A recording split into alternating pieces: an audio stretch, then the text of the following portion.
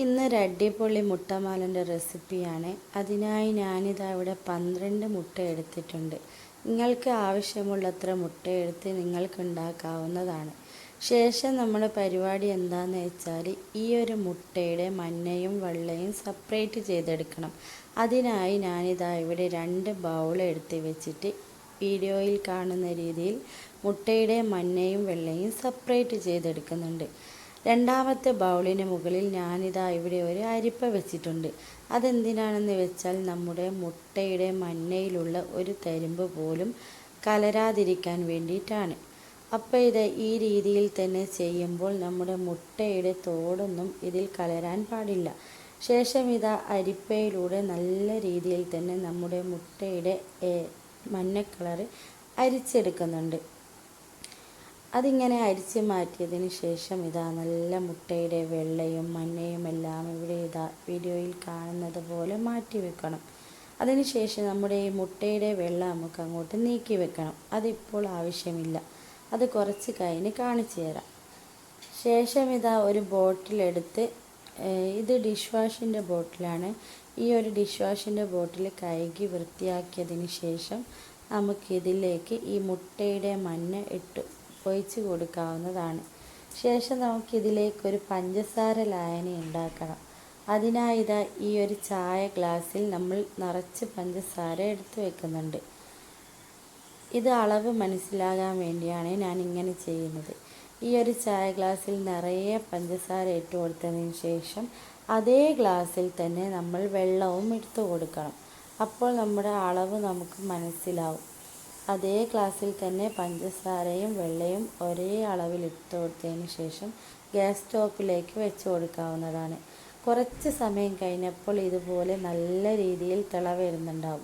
High ഫ്ലെയിമിൽ തന്നെ വെച്ചുകൊണ്ട് നമുക്കിത് ഇങ്ങനെ ചുറ്റിച്ചു കൊടുക്കാവുന്നതാണ്. വീഡിയോയിൽ കാണുന്നത് പോലെ തന്നെ മുട്ടയുടെ മഞ്ഞ നമ്മൾ ഇങ്ങനെ ചുറ്റിച്ചു കൊടുക്കണം. അങ്ങനെ കുറച്ച് സമയം കഴിയുമ്പോൾ ഒരു 4 മിനിറ്റൊക്കെ മതിയാവുന്നതാണ്. ഒരു 4 മിനിറ്റൊക്കെ കഴിയുമ്പോൾ നമ്മുടെ ഗ്യാസിൻ്റെ ഫ്ലെയിം നന്നായി കുറച്ച് കൊടുത്തിട്ട് വേണം ഇത് നമ്മൾ കോരിയെടുക്കേണ്ടത്. അതിനായി നമുക്കിവിടെ ഒരു കൊള്ളിയും ഒരു അരിപ്പക്കയിലും എടുത്ത് ഇത് നന്നായിട്ട് ഇതിൻ്റെ ആ ഒരു പഞ്ചസാര സീറൊക്കെ നന്നായി പോക്കിയതിന് ശേഷം കോരി വെക്കാം. ശേഷം ഇതാ നമ്മളത് ഉണ്ടാക്കി വെച്ച പഞ്ചസാര ലായനിയുടെ ബാക്കി എടുത്തിട്ട് നമ്മുടെ ഈ മുട്ടയുടെ വെള്ളയിലേക്ക് ഒഴിച്ച് കൊടുക്കുക. അതിൻ്റെ കൂടെ തന്നെ അതിലേക്ക് 1 സ്പൂൺ പാൽപ്പൊടി കൂടെ ഇട്ട് കൊടുക്കുക. ശേഷം നമ്മളിത് കുക്ക് ചെയ്തെടുക്കാൻ പോകുന്നത് നല്ല ഒരു ആവിച്ചെമ്പിലാണ്.